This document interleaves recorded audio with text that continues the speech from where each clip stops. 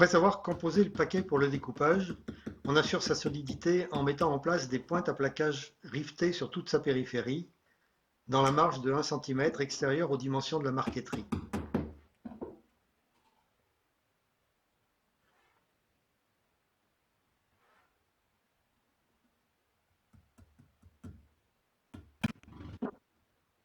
Cette fixation a été expliquée dans la vidéo de fabrication du paquet pour la méthode élément par élément.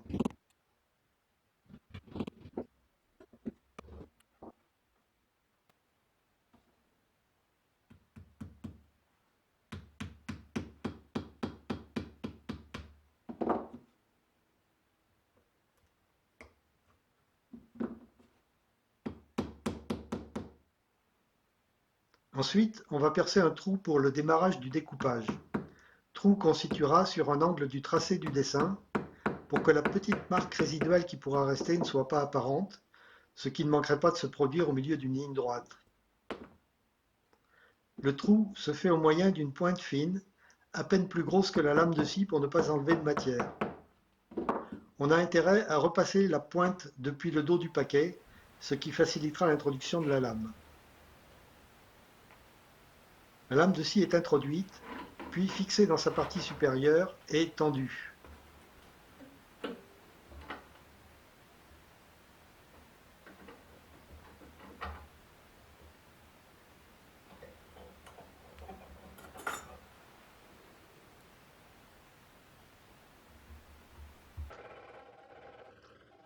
À partir de ce point de départ, on va découper successivement toutes les pièces adjacentes et les récupérer en les numérotant sur un dessin pour permettre leur assemblage ultérieur.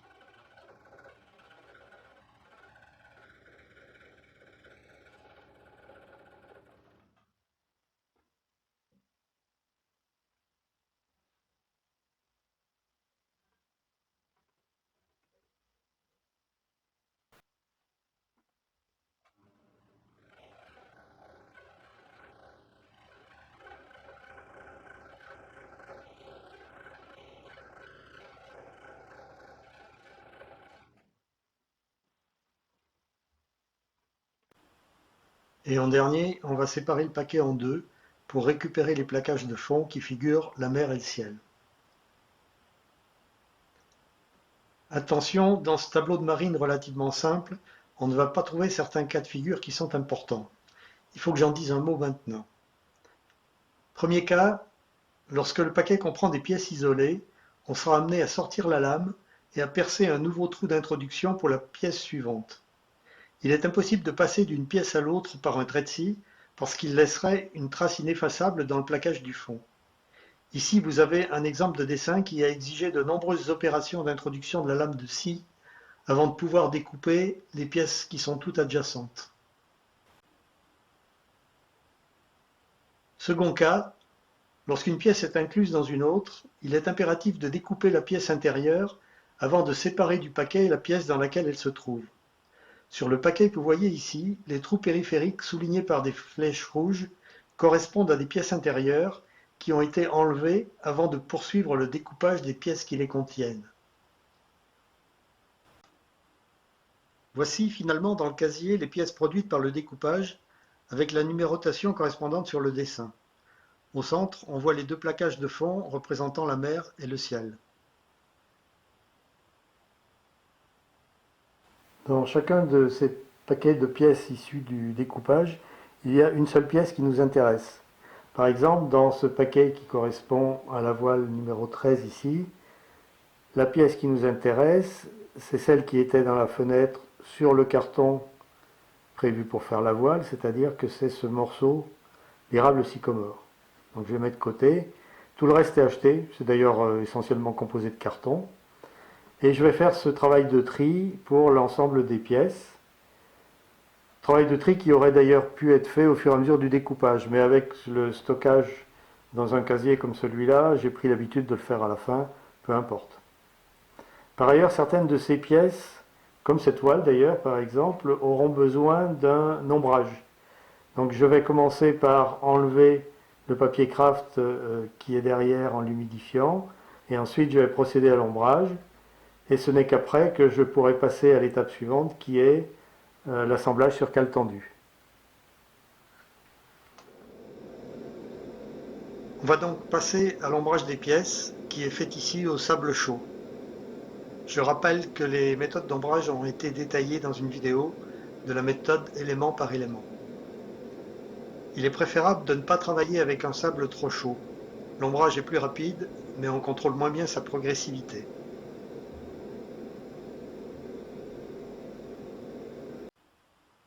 Voici les pièces qui ont été ombrées, après avoir été réhumidifiées pour restaurer leur dimension et leur hygrométrie.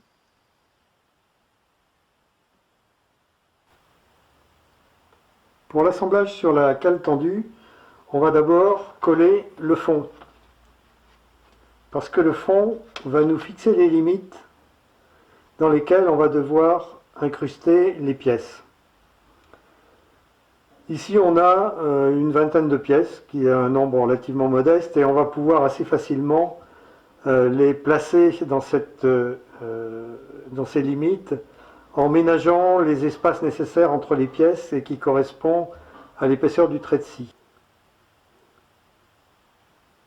Donc on utilise ici la colle forte.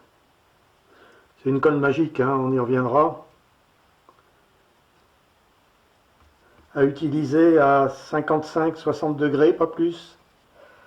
La colle forte, c'est une colle animale, hein, c'est un mélange de gélatine et de collagène, des protéines, et si on chauffe trop, ça se dénature et la colle ne vaut plus rien, plus grand chose. Bon, ça pourrait aller peut-être pour un collage sur cale tendue, mais certainement pas pour un collage sur le support. Donc pour maintenir une température correcte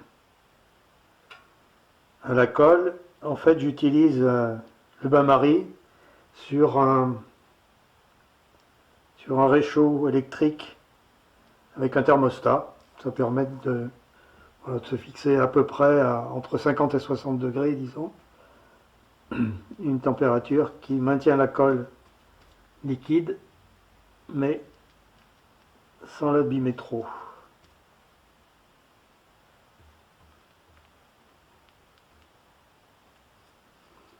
Voilà.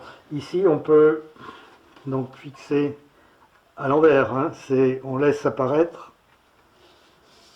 le côté qui va être collé sur le support.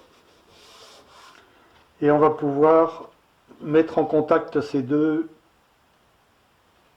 plaquages, c'est-à-dire annuler l'épaisseur du trait de scie.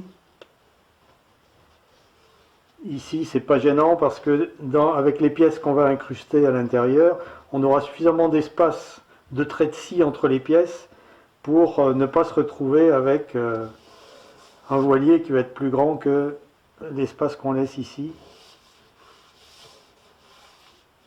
entre le ciel et la mer. Voilà. Quelques minutes sous presse.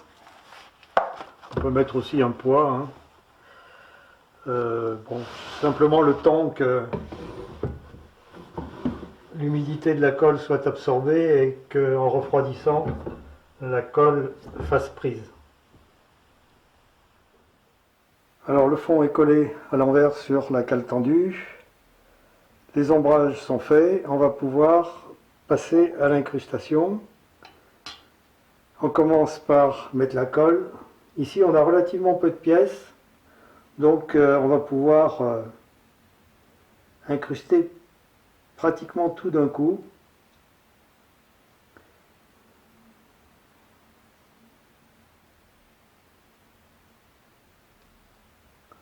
Donc je mets de la colle partout.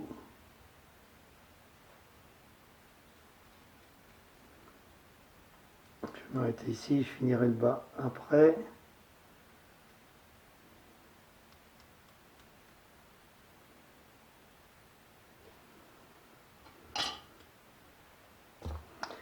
Donc on commence par les plus grandes pièces, enfin celles qui vont nous garantir qu'on est bien dans les limites imparties et qui vont nous permettre de vérifier aussi qu'on a réparti correctement les espaces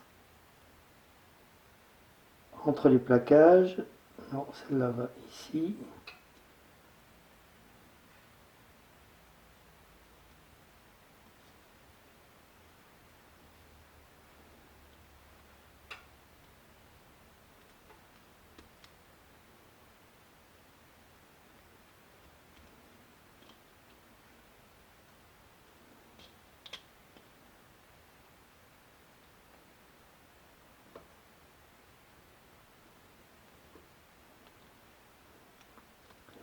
Plus bas, il faut laisser la place.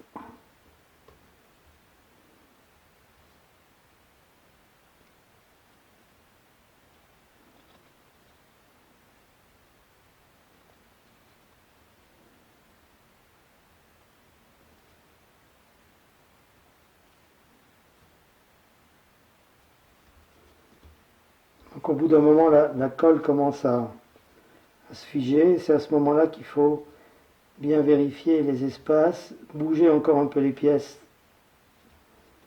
et appuyer dessus pour qu'elles prennent leur place et qu'elles ne bougent plus. Je vais pouvoir terminer le collage.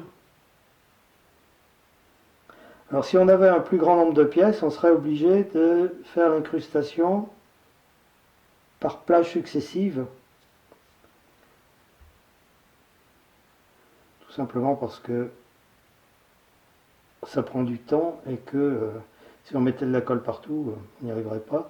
Et surtout, le fait d'être obligé de le faire par plages successives fait qu'on a un risque important de dériver dans l'incrustation et de se retrouver avec des espacements qui ne sont plus corrects.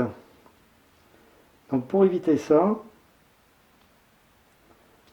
on est amené à coller avant de mettre le fond. On colle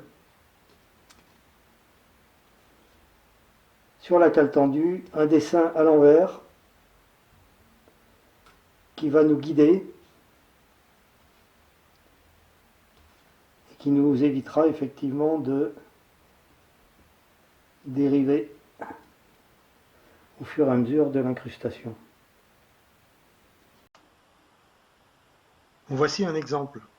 Dès que le nombre de pièces dépasse ce qu'on peut incruster en une seule fois, ou bien quand on n'a pas les pièces de grande taille qui nous guident dans l'incrustation, il est indispensable de procéder de cette façon.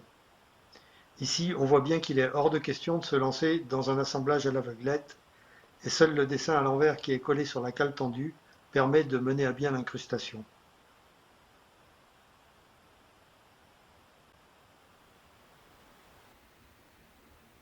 Revenons à nos moutons pour terminer l'incrustation avec les petites pièces. On rajoute un peu de colle aux endroits qui n'avaient pas été servis.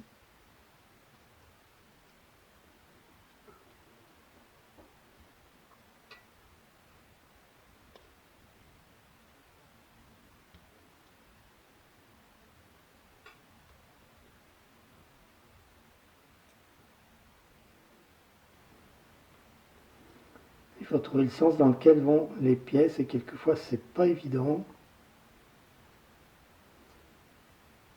Mais c'est important d'y prêter attention parce que beaucoup d'essences de bois ont des couleurs ou des reflets qui changent avec l'orientation des fibres du bois. Si on place une pièce du fond, même de petite taille à contresens, l'effet produit peut s'avérer choquant.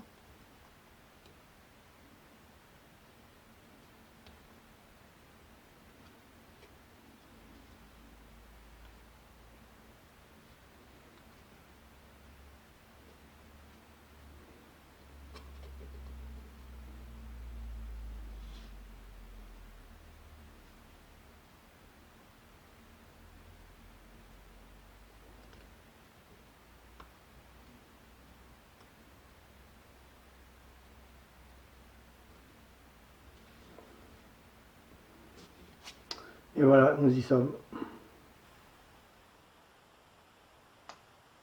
Et le résultat sur la cale tendue.